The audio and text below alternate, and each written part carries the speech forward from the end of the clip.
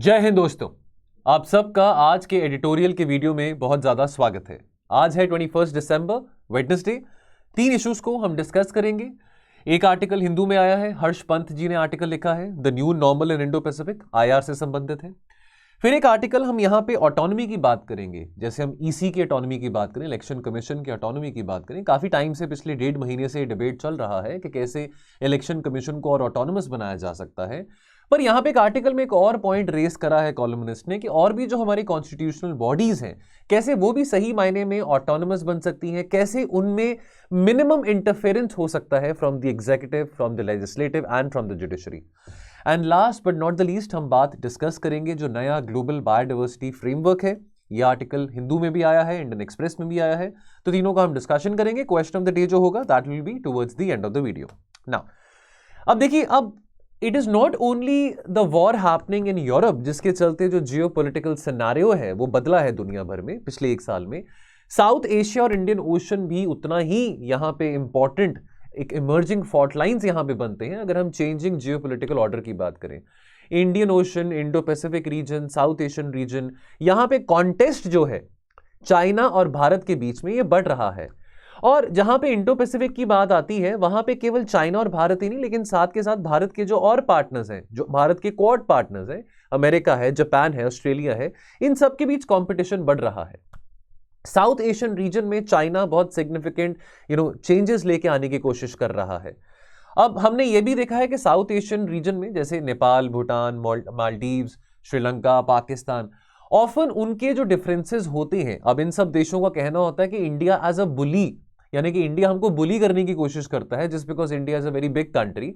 तो often it has been seen that these countries, the South Asian countries, in order to hedge against India, they play the Chinese card. They, China के साथ वो friendship अपनी बढ़ाते हैं ताकि कैसे वो इंडिया को एट डिस्टेंस में रख सकें। तो चाइना के लिए कोई नई बात नहीं है। देखिए, अब जब से तवांग में क्लैशेस हुए हैं पिछले 3-4 दिनों से बहुत सारे आर्टिकल्स आ रहे हैं। आज इंडियन एक्सप्रेस में भी आर्टिकल्स आए थे इंडिया चाइना के कंटेक्स्ट में, और ये आर्टिकल्स अभी आते भी रहेंगे बिकॉज अभी रीसेंट हैपनिंग हुआ था तवांग में जो क्लैशेस हुए थे। तो क्या इसका इंपैक्ट साउथ एशियन रीजन में है, क्या इसका इंपैक्ट इंडो पैसिफिक रीजन में है, कैसे चाइना आने वाले टाइम में इंडिया को और ललकारने की कोशिश करेगा, प्रोवोक करने की कोशिश करेगा, तो अब ये बातें आती रहेंगी, तो हम डिस्कस करते रहेंगे। लेकिन आज का जो आर्टिकल है ये डिफरेंट पर्सपेक्टिव से है। यहाँ पे हम तवांग के क्लैशेस की बात नहीं कर रहे, बट चाइना का जो रोल है और चाइना का जो इन्फ्लुएंस है साउथ एशिया में वो कैसे बढ़ता जा रहा है। नई बात नहीं है। चाइना का इन्फ्लुएंस साउथ एशिया में या इंडो पैसिफिक में अब से नहीं, पिछले 22-25 सालों से ही बढ़ता जा रहा है। चाइना के पास पैसा बहुत है, भारत के पास इतना पैसा नहीं है। और अगर हम स्ट्रिंग ऑफ पर्ल्स पॉलिसी की बात करें तो चाइना की आदत पिछले 20-22 सालों से ये रही है, चाइना की कोशिश रादर ये रही है कि कैसे इंडिया को अपने ही नेबरहुड में इंसर्कल कर सके। तो चाहे वो ग्वादर पोर्ट हो, चाहे वो कोलंबो पोर्ट हो, चाहे वो हैम्बनतोता पोर्ट हो, चाहे वो चिटागोंग पोर्ट हो, तो चाइना क्या कर रहा है, इन सब देशों के पोर्ट्स में डेवलपमेंट कर रहा है।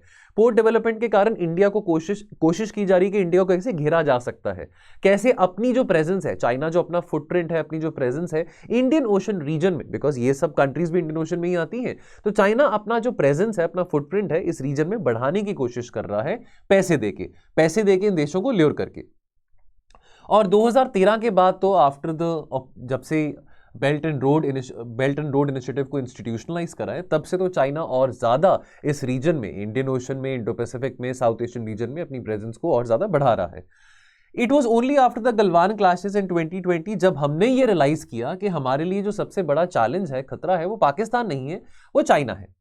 और आने वाले टाइम में, हमने कल भी एक आर्टिकल डिस्कस किया था श्याम सरन जी का, आने वाले टाइम में चाइना कोशिश करेगा इंडिया को और तंग करने के लिए, इंडिया को ललकारने के लिए। तो इस तरह के जो क्लैशेस हमने देखे हैं तवांग में, आगे भी होते रहेंगे। हमको लगा कि सब ठीक हो चुका है, ठीक है, डिसएंगेजमेंट हो चुका था पेट्रोलिंग पॉइंट्स में से सितंबर में, हमको लगा कि चलो सब कुछ बढ़िया हो गया, G20 में हमने हैंडशेक किया जी जिनपिंग के साथ, ठीक है। लेकिन अब क्या हुआ, अभी फिर वो क्लैशेस हुए। अब चाइना की कोशिश रहेगी, क्योंकि अगले साल भारत के पास प्रेसिडेंसी है G20 की, भारत के पास शंघाई कोऑपरेशन की प्रेसिडेंसी है, तो चाइना कोशिश करेगा भारत को थोड़ा नीचे दिखाने के लिए, डाउन करने के लिए। लेकिन हमने इस बात को रिकॉग्नाइज कर लिया है कि हाँ, चाइना हमारे लिए ज्यादा स्ट्रेटेजिक चैलेंज है, नॉट पाकिस्तान। अब पोस्ट गलवान क्या रीओरिएंटेशन नेबरहुड में रहा है, तो मैंने आपको अभी शुरुआत में एक बात कही थी वीडियो के कि जो साउथ एशियन कंट्रीज हैं they often hedge against India by playing the Chinese card.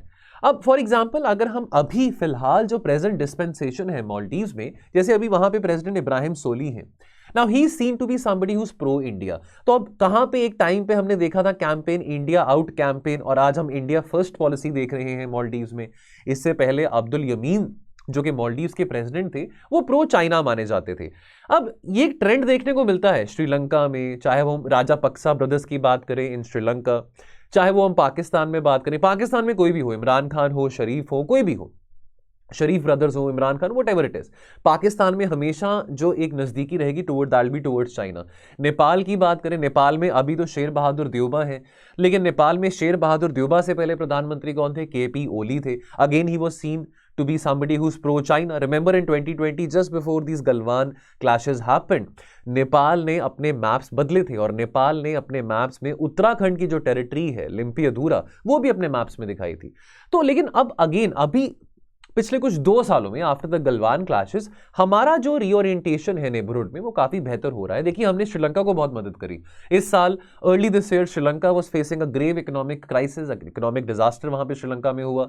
हमने नेबरहुड फर्स्ट पॉलिसी के चलते हमने रिस्पॉन्ड किया श्रीलंका को। तो मालदीव्स है, नेपाल है, श्रीलंका है, बांग्लादेश है, हम सबकी हेल्प करते हैं। हम नेबरहुड फर्स्ट पॉलिसी के चलते हम ये मानते हैं दैट हम फर्स्ट रिस्पॉन्डर बनना चाहते हैं। कभी भी किसी किस्म का क्राइसिस अगर साउथ एशियन रीजन में है तो we would want to help these countries, not because that we want to bully them, not because that we want to dominate them, but because हमारे जो लिंक्स हैं, हमारे जो रिलेशन है इन सब देशों के साथ सिविलाइजेशनल है। लेकिन भारत अकेला नहीं, लेकिन भारत के जो क्वाड पार्टनर्स हैं वो भी ऐसा आउटरीच दिखा रहे हैं नेबरहुड में।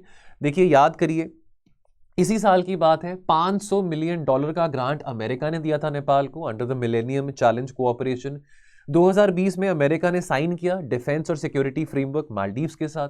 मालदीव्स के साथ ऑस्ट्रेलिया ने भी कोऑपरेशन एग्रीमेंट साइन किया था। जापान भी श्रीलंका को काफी राहत पहुंचा रहा है, उस खास करके अगर श्रीलंका के इकोनॉमिक क्राइसिस की बात करें तो Japan is also finalizing its talks कि कैसे श्रीलंका जो अपना डेट है, जो उधार है, कैसे उसको रिस्ट्रक्चर कर सकता है। तो ये कौन है? जापान, ऑस्ट्रेलिया, अमेरिका कौन है? भारत के क्वाड पार्टनर्स हैं। तो क्वाड के जो पार्टनर्स हैं वो केवल इंडियन ओशन या इंडो पैसिफिक ओशन तक नहीं, लेकिन वो साउथ एशियन रीजन में भी काफी कोऑपरेशन दिखा रहे हैं भारत के साथ। लेकिन चाइना को फर्क पड़ रहा है? चाइना को तो फर्क नहीं पड़ रहा। चाइना को तो इस बात का भी नहीं फर्क पड़ रहा कि इंडिया और अमेरिका के बीच में जो अभी युद्ध अभ्यास एक्सरसाइज हुए थे, चाहे इंडिया अमेरिका के साथ मिलिट्री एक्सरसाइजेस कर रहा है, चाहे वो क्वाड की मालाबार एक्सरसाइज हो, नेवल एक्सरसाइज, या वो चाहे ये मिलिट्री एक्सरसाइज हो। हाँ, चाइना को इस बात से फर्क जरूर पड़ता है कि भारत और अमेरिका क्लोज क्यों आ रहे हैं, लेकिन चाइना इस बात से डर नहीं रहा। ठीक है, now the recent success of India and its Quad partners, this is unlikely to deter China. China को फर्क नहीं पड़ने वाला कि वो अपनी प्रेजेंस इस रीजन में ना बढ़ाए, वो प्रेजेंस और बढ़ाएगा। उसके बाद अब फॉर एग्जांपल अभी रिसेंटली क्या हुआ था, चाइना ने होस्ट करा पहला ever China Indian Ocean region forum. तो ये जो China Indian Ocean regional forum है, एक तरह से ये एक काउंटर माना जा रहा है जो बाकी इनिशिएटिव्स हैं इंडो पैसिफिक के या इंडियन ओशन के, जैसे क्वाड है या कोलंबो सिक्योरिटी कॉन्क्लेव है। कोलंबो सिक्योरिटी कॉन्क्लेव के चलते भी इस साल इसको काफी मोबिलाइज किया गया था। मार्च में इस साल मीटिंग भी हुई थी कोलंबो में, कोलंबो सिक्योरिटी कॉन्क्लेव के चलते। तो लेकिन चाइना काउंटर करने के लिए ये फोरम बना रहा है यहाँ पे कि कैसे चाइना अपनी एंगेजमेंट को और ज्यादा पीरियोडिक कर सकता है इंडियन ओशन आइलैंड कंट्रीज के साथ। अभी चाइना के पास अभी चलो ठीक है इकोनॉमिक कॉन्ट्रैक्शन है, चाइना की इकोनॉमी भी इतनी ज्यादा अच्छी हेल्थ में नहीं है, चलो चाइना में कोविड के केसेस बढ़ रहे हैं, लेकिन चाइना के पास पैसा काफी है और अपने इकोनॉमिक इन्फ्लुएंस से चाइना अपना पॉलिटिकल इन्फ्लुएंस भी एक्सर्ट करने की कोशिश आगे भी करता रहेगा साउथ एशिया में। और जो साउथ एशियन कंट्रीज हैं अब वो भी हेसिटेट नहीं करेंगे अगर उनको चाइना से पैसा मिल रहा है। चलो अब ठीक है, हमने यहां पे देखा कि चाइना के साथ दोस्ती सभी देशों को बहुत महंगी पड़ती है, जो चाइना की डेट ट्रैप डिप्लोमेसी वाली जो गेम होती है। श्रीलंका ने इस बात को देखा, अगर हम हैम्बन तोता पोर्ट की बात करें। लेकिन अब इनको तो फायदा है ना, बांग्लादेश को, पाकिस्तान को, श्रीलंका को, नेपाल को, उनको ये है कि भाई हमको तो पैसे चाहिए, चाहे वो पैसे इंडिया से आए चाहे वो चाइना से आए, हमको तो हमारा फायदा हो रहा है। और जैसे आपको मैंने बात बोली कि चाइना के साथ दोस्ती वो यूटिलाइज करना चाहते हैं कि कैसे वो इंडिया के अगेंस्ट बैलेंस कर सके। ठीक है, कि भाई किससे हमको फायदा हो रहा है, अगर तो चाइना से हमको ज्यादा फायदा हो रहा है तो इंडिया को और काम करना पड़ेगा इन देशों के साथ इनको और बेनिफिट पहुंचाने के लिए। अगर इंडिया से ज्यादा फायदा हो रहा है साउथ एशियन कंट्रीज को, तो चाइना इनसिक्योर होगा, तो चाइना और मदद करने की कोशिश करेगा। तो एक तरह से ये दोनों के साथ ही अपना लेवरेज, यानी कि जो बाकी साउथ एशियन कंट्रीज हैं दोनों चाइना के साथ और इंडिया के साथ अपना लेवरेज एंजॉय करते रहेंगे।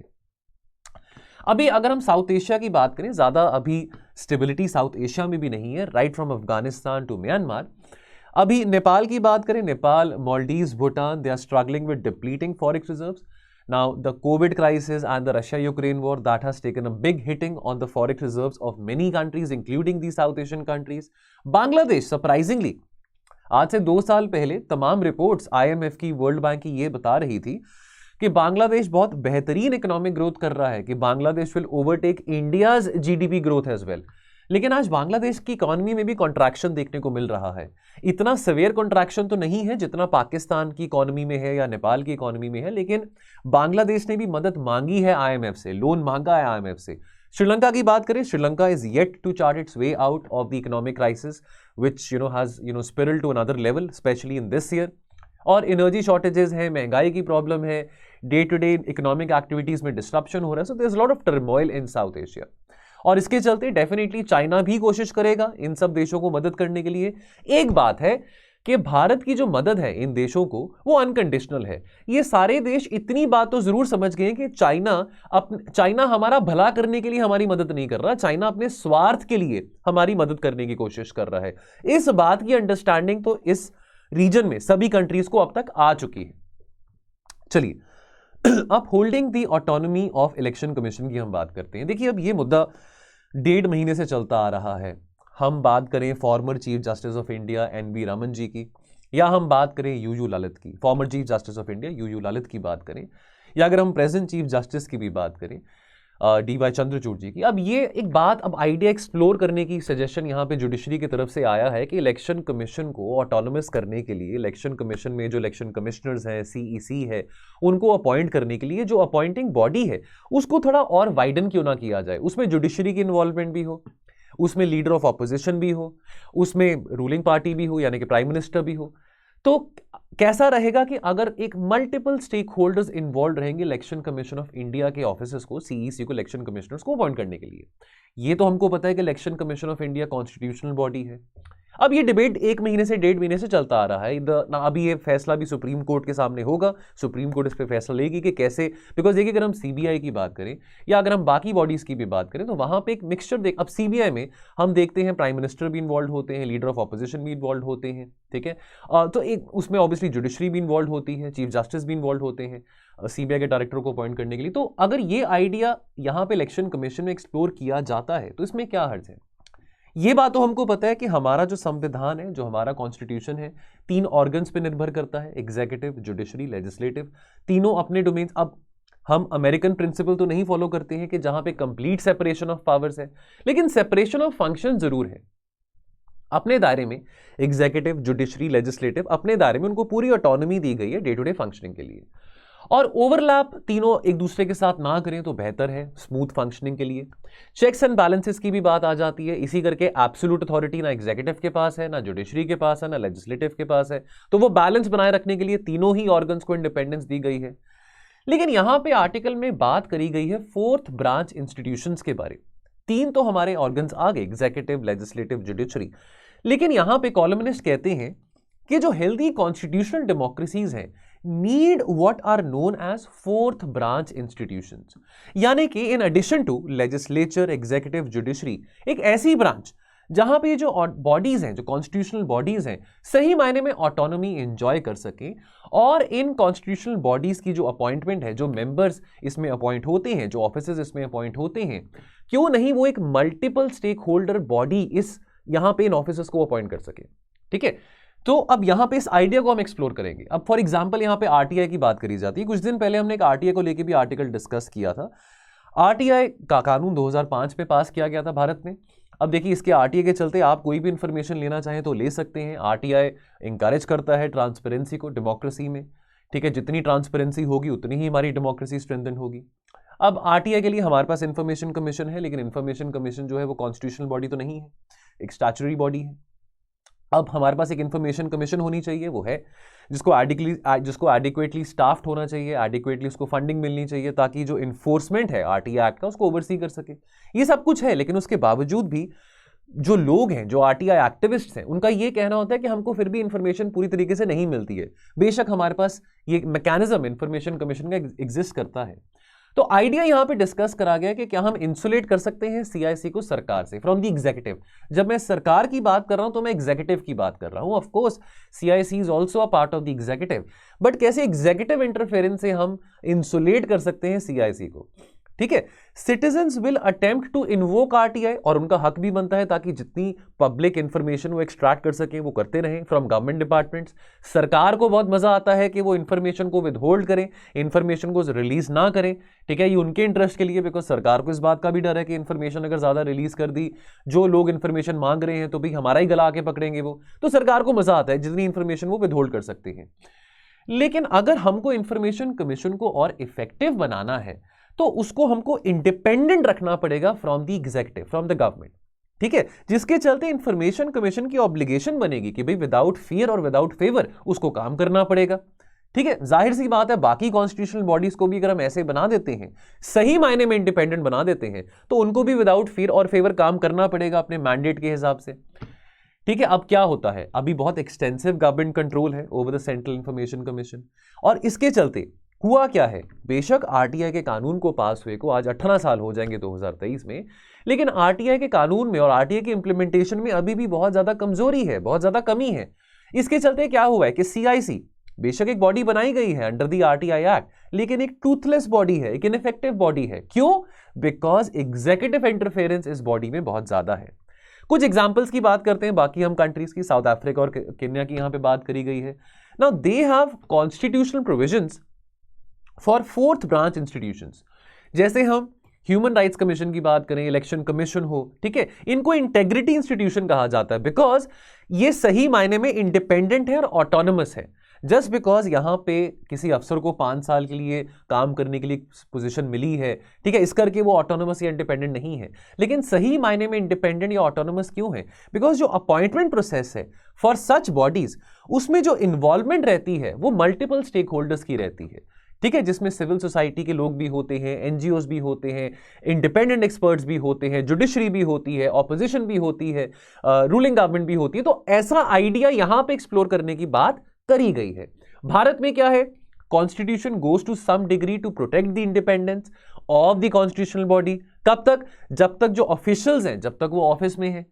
लेकिन जो पावर ऑफ अपॉइंटमेंट है वो तो एग्जीक्यूटिव के हाथ में, सरकार के हाथ में ही है।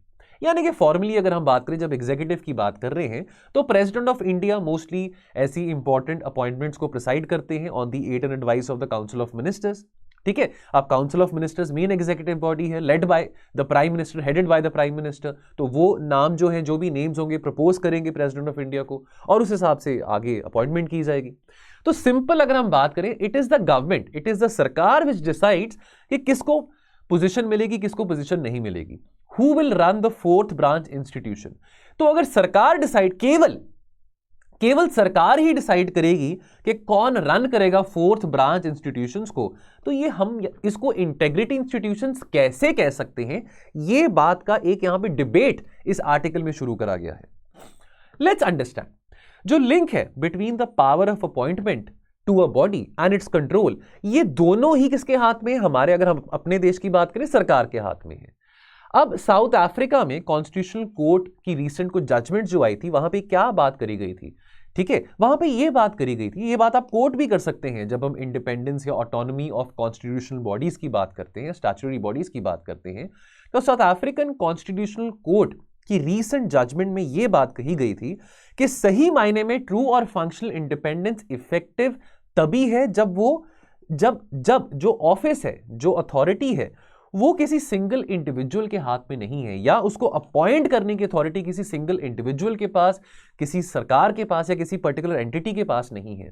True and functional independence is effectively impossible जब तक power to appoint rests entirely within a single individual. या अगर हम गवर्नमेंट की बात करें तो जो पावर टू अपॉइंट की बात है, वहां पे मल्टीपल स्टेक होल्डर्स होने चाहिए, जो इस बात में आर्टिकल में कॉलमनिस्ट कहना चाह रहे हैं। To sum it up, It is important to note that almost no constitutional democracy in this whole world allows the political executive sole power to staff a body. यानी कि बाकी जो डेमोक्रेसीज हैं, बाकी जो लाइक माइंडेड डेमोक्रेसीज हैं, वहां पे भी केवल पॉलिटिकल एग्जीक्यूटिव के हाथ में नहीं होता अपॉइंटमेंट प्रोसेस। अपॉइंटमेंट प्रोसेस में होना क्या चाहिए? आइडियलिस्टिकली सरकार भी हो, ऑपोजिशन भी हो, इंडिपेंडेंट एक्सपर्ट्स भी हो, जुडिशियल एक्सपर्ट्स भी हो, ताकि केवल एक सेंटर ऑफ पावर के पास डोमिनेंस ना हो, यानी कि केवल सरकार के पास डोमिनेंस ना हो, फाइनल से ना हो इसको अपॉइंट करने के लिए। लेकिन प्रॉब्लम क्या है? चलो अगर यहां पे हम एक मल्टीपल स्टेक होल्डर एक बॉडी बना भी देते हैं, लेकिन इस बात का निर्णय कौन करेगा? क्या वो जुडिशरी की तरफ से आएगा? और अगर वो आता है तो कॉलमनिस्ट कहते हैं कि बहुत दुर्भाग्य की बात है, बिकॉज इस तरह का कंसेंसस बनाने के लिए, इस तरह का ओपिनियन मोबिलाइज करने के लिए पॉलिटिकल कंसेंसस होना बहुत ज्यादा जरूरी है। पॉलिटिशियंस को cutting across the party lines एक ऐसा ओपिनियन लेके आना बहुत ज्यादा जरूरी है जहां पे वो खुद ही इस बात को स्वीकार कर सकें of the need to have a multiple stakeholder body, appointing body for these positions, जो कि कॉन्स्टिट्यूशनल बॉडीज की जो पोजीशंस होती हैं, जो लीडिंग पोजीशंस होती हैं in the constitutional bodies. Now a new global biodiversity framework की हम यहां पे बात करेंगे। सो ये आर्टिकल क्यों चर्चा में है? बिकॉज ये एक्सप्लेन में आया था, इंडियन एक्सप्रेस एक्सप्लेन में भी है और द हिंदू एक्सप्लेन्स में भी आया था। अब देखिए रिसेंटली क्या हुआ है। सो हम COP27 की बात करते हैं। COP27 शर्मल शेख में हुआ था, conference of parties 27। COP26 Glasgow में हुआ था। तो वो जो COP है वो किसके अंडर आता है? United Nation framework for climate change convention. ये जो COP है ये किसके अंडर आता है? Conference of parties to the CBD, यानी कि convention on biological diversity. 15th COP यानी कि 15th COP to the CBD जो हुआ है, ये कहां पे हुआ है? मॉन्ट्रियल में हुआ है, कनाडा में हुआ है। ये जो मीटिंग है 2 साल में एक बार होती है, ठीक है। जो सिग्नेटरीज हैं to the conventional on biological diversity 1993 का अग्रीमेंट है, ये हर 2 साल में एक बार मिलते हैं, ठीक है। अब यहां पे क्या हुआ है? यहां पे बात करेगी कि कैसे हम अर्जेंट एक्शन ले सकते हैं to protect and restore the world's biodiversity. अब यहां पे ग्लोबल बायोडाइवर्सिटी फ्रेमवर्क की बात करी गई है। तो Montreal conference has delivered a new agreement called the GBF, यानी कि ग्लोबल बायोडाइवर्सिटी फ्रेमवर्क, जिसमें 4 गोल्स हैं टूवर्ड्स 2050 और 23 टारगेट्स हैं which are needed to be achieved by 2030. Now you need not remember all the 23 targets towards 2030. कुछ important targets हैं वो इस आर्टिकल में हम डिस्कस कर लेंगे। इस ग्लोबल बायोडाइवर्सिटी फ्रेमवर्क को भी कंपेयर करा गया है 2015 की पेरिस अग्रीमेंट के चलते, जो COP21 जो कि 2015 पेरिस में हुआ था, अब उससे ही पैरेलली इसको रिलेट करा गया है। तो इसमें लगभग 188 of the 196 member governments have agreed on this new framework, जिसको लेके बात करी गई है कि कैसे हम कंट्रोल कर सकते हैं, कंटेन कर सकते हैं और रोक सकते हैं the sharp and steady loss of biological species. अब इस ग्लोबल डाइवर्सिटी इस ग्लोबल बायोडाइवर्सिटी फ्रेमवर्क का क्या नाम रखा गया है? कन्मिंग-मॉन्ट्रियल ग्लोबल बायोडाइवर्सिटी फ्रेमवर्क, जिसके चलते आपको मैंने बताया कि 4 गोल्स टुवर्ड्स 2050 और 23 टारगेट्स टुवर्ड्स 2030 सेट करे गए हैं। कन्मिंग, जैसे कि कन्मिंग जो है ये चाइना में, जो सदर्न चाइना में जो यूनान प्रोविंस है उसका कैपिटल है कन्मिंग।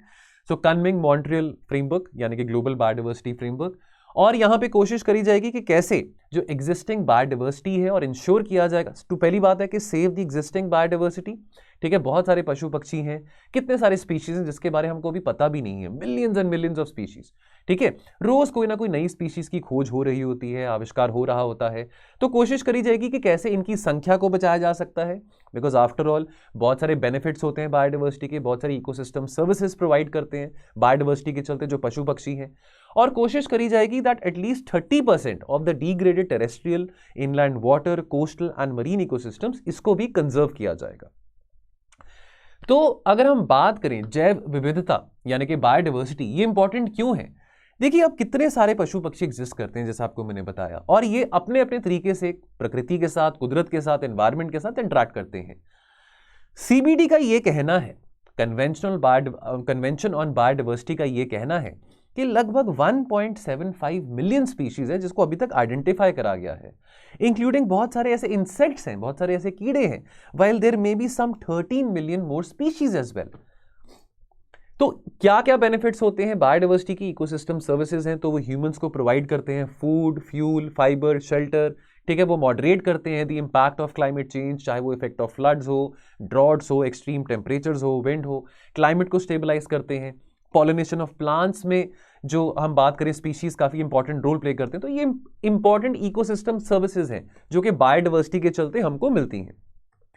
क्या आप इस बात को जानते हैं, एक रिपोर्ट आई है inter governmental science policy platform on biodiversity in ecosystem services के द्वारा, IPBES के द्वारा, दैट 25% ऑफ द पशु पक्षी जो प्लांट्स एंड एनिमल्स जो हैं, it is assessed for the 2019 global biodiversity outlook threatened है। यानी कि 25% of 25% of the plants and animals they are under threat as of now. अगर इसको हम ट्रांसलेट करें, this translates to about 1 million species facing extinction. That is quite a lot. तो कोशिश क्या करी जाएगी?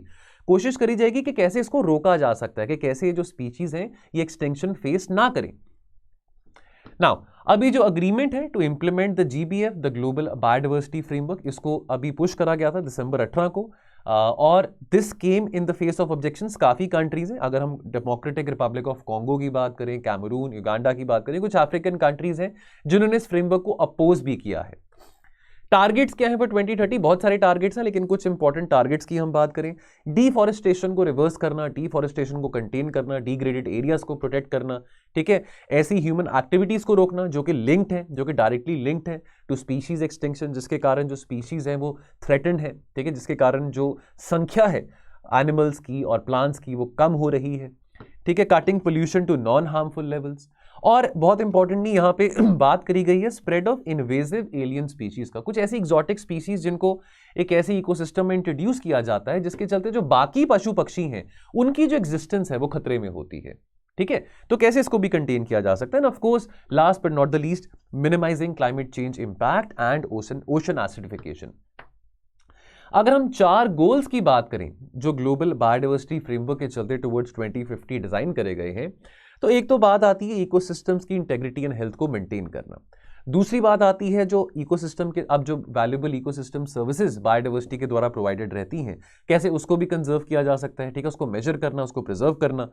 और उसके बाद एक बहुत इंपॉर्टेंट बात इस बायोडाइवर्सिटी फ्रेमवर्क में कही गई है कि जो इंडिजिनस लोग हैं, जो आदिवासी लोग हैं, खास करके वो लोग जो लोकल कम्युनिटीज हैं जो कि जंगल में रहते हैं, उनके कल्चर को प्रोटेक्ट करना, ठीक है, उनके रीति रिवाज को प्रोटेक्ट करना, एक्नॉलेज करना, प्रोटेक्ट करना, और साथ में किसी किस्म का मॉनेटरी या नॉन मॉनेटरी गेन जो होते हैं फ्रॉम जेनेटिक रिसोर्सेज या डिजिटल सीक्वेंसिंग ऑफ जेनेटिक जो रिसोर्सेज होते हैं, ये जो मॉनेटरी और नॉन मॉनेटरी गेन्स है इनके साथ इंडिजिनस पीपल के साथ भी शेयर करना, ठीक है। और साथ के साथ एक बहुत एम्बिशियस टारगेट रखा गया है, बाय 2030 $700 बिलियन का जो फंड है, का जो पैसा है रेस करना पड़ेगा for all countries to close a biodiversity finance gap.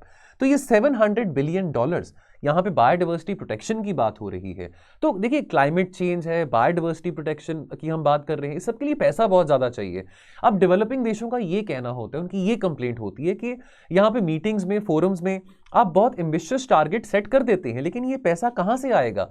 आने वाले 7-8 सालों में क्या $700 बिलियन, क्या इतना हम फंड जनरेट कर पाएंगे? नीयत तो बहुत अच्छी है, इंटेंशन तो बहुत अच्छी है, जहां पे हम इकोसिस्टम को प्रोटेक्ट करने की बात कर रहे हैं, चाहे वो एक्वेटिक इकोसिस्टम है, चाहे वो डेजर्ट इकोसिस्टम है, टेरेस्ट्रियल इकोसिस्टम है, लेकिन ये पैसा कहां से आएगा? लेकिन this is in one of the goals towards 2050।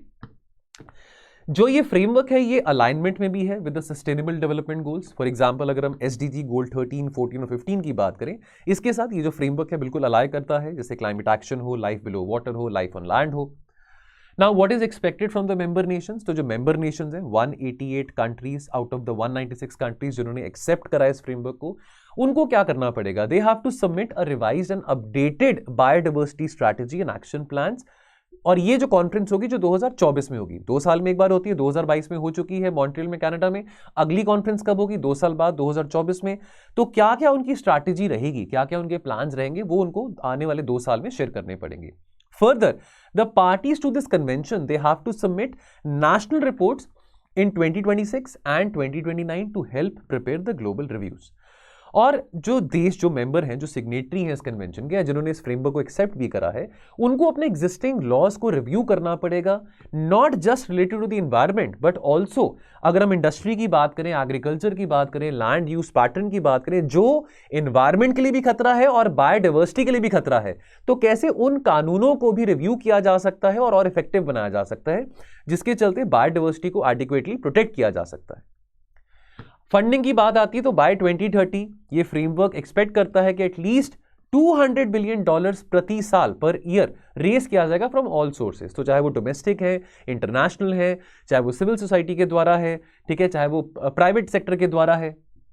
तो ये सब बात है। In terms of international funding जो डेवलपिंग कंट्रीज है, they should get at least $20 billion a year by 2025 and at least $30 billion a year by 2030। Now the question is that ये पैसा कहां से आएगा, है ना। लॉस एंड डैमेज फंड बना दिया हमने, इतने सारे फंड्स बना दिए हमने, क्लाइमेट चेंज को लेकर इतनी सारी बात करी है, अब ये फ्रेमवर्क बना दिया।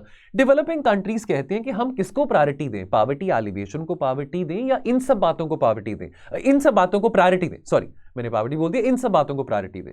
तो अब प्रायोरिटी की जहां पे बात आती है तो ऑब्वियसली डेवलपिंग कंट्रीज को पॉवर्टी एलिवेशन को ही प्रायोरिटी देना पड़ेगा। अब ये पैसा कहां से आएगा, यहां पे तो बात कह दी है। Now let's see how this fund is going to be mobilized, how this money is going to come. अब आपके लिए इंपॉर्टेंट बात क्या है, आपके लिए इंपॉर्टेंट बात है ग्लोबल एनवायरनमेंट फैसिलिटी के बारे में समझना। तो GEF यानी कि ग्लोबल एनवायरनमेंट फैसिलिटी, ये एक मल्टीलेटरल बॉडी है जिसमें बहुत सारे पार्टनर्स हैं, बहुत सारे इसमें कंट्रीज आ जाती हैं, 184 कंट्रीज आ जाती हैं, बहुत एजेंसीज आ जाती हैं, ठीक है। इसमें प्राइवेट सेक्टर से भी कंट्रीब्यूशन काफ़ी देखने को मिलता है, ठीक है। इसमें काफ़ी सिविल सोसाइटी से भी कंट्रीब्यूशन देखने को मिलता है, ग्लोबल एनवायरनमेंट फैसिलिटी से, वर्ल्ड बैंक से, UNDP से भी काफ़ी यहाँ पे कंट्रीब्यूशन देखने को मिलता है। अब इसको मैंडेट दिया गया है GEF को कि भाई अंटिल 2030 एक स्पेशल ट्रस्ट फंड बनाया जाएगा जो कि सपोर्ट करेगा as far as the implementation of this framework is concern, global biodiversity framework is concern. अब इसके बारे में आपको थोड़ी बात पता हो कि जो ग्लोबल एनवायरनमेंट फैसिलिटी है ये वर्ल्ड्स लार्जेस्ट फंडर है ऑफ बायोडायवर्सिटी प्रोटेक्शन, और ये फाइनेंस करता है international environmental conventions and country driven initiatives जो कि जनरेट करते हैं ग्लोबल बेनिफिट्स। अब ये जो पार्टनरशिप है इसमें 184 मेंबर कंट्रीज इन्वॉल्व हैं, सिविल सोसाइटी इन्वॉल्व है, प्राइवेट सेक्टर इन्वॉल्व है, इंडिजिनस कम्युनिटीज इन्वॉल्व है, ये सब बातें आ जाती हैं, ठीक है। और साथ के साथ यहां पे एक आपको बात पता हो कि इसमें 3 और एजेंसीज की सपोर्ट रहती है टू द GEF। ये आपको प्री में पूछा जा सकता है, एक तो वर्ल्ड बैंक, एक UNDP और एक UNEP। इन तीनों एजेंसीज की भी सपोर्ट रहती है ग्लोबल एनवायरनमेंट फैसिलिटी को। चलो ये बात आपको पता हो। और बाकी यहां पे डोनर्स आ जाते हैं, तो डोनर्स की हम बात करें टुवर्ड्स द GEF, इसमें डेवलप्ड देश भी हैं, डेवलपिंग कंट्रीज भी हैं। आपको ये बात पता हो कि India is also one of the donors towards the global environment facility.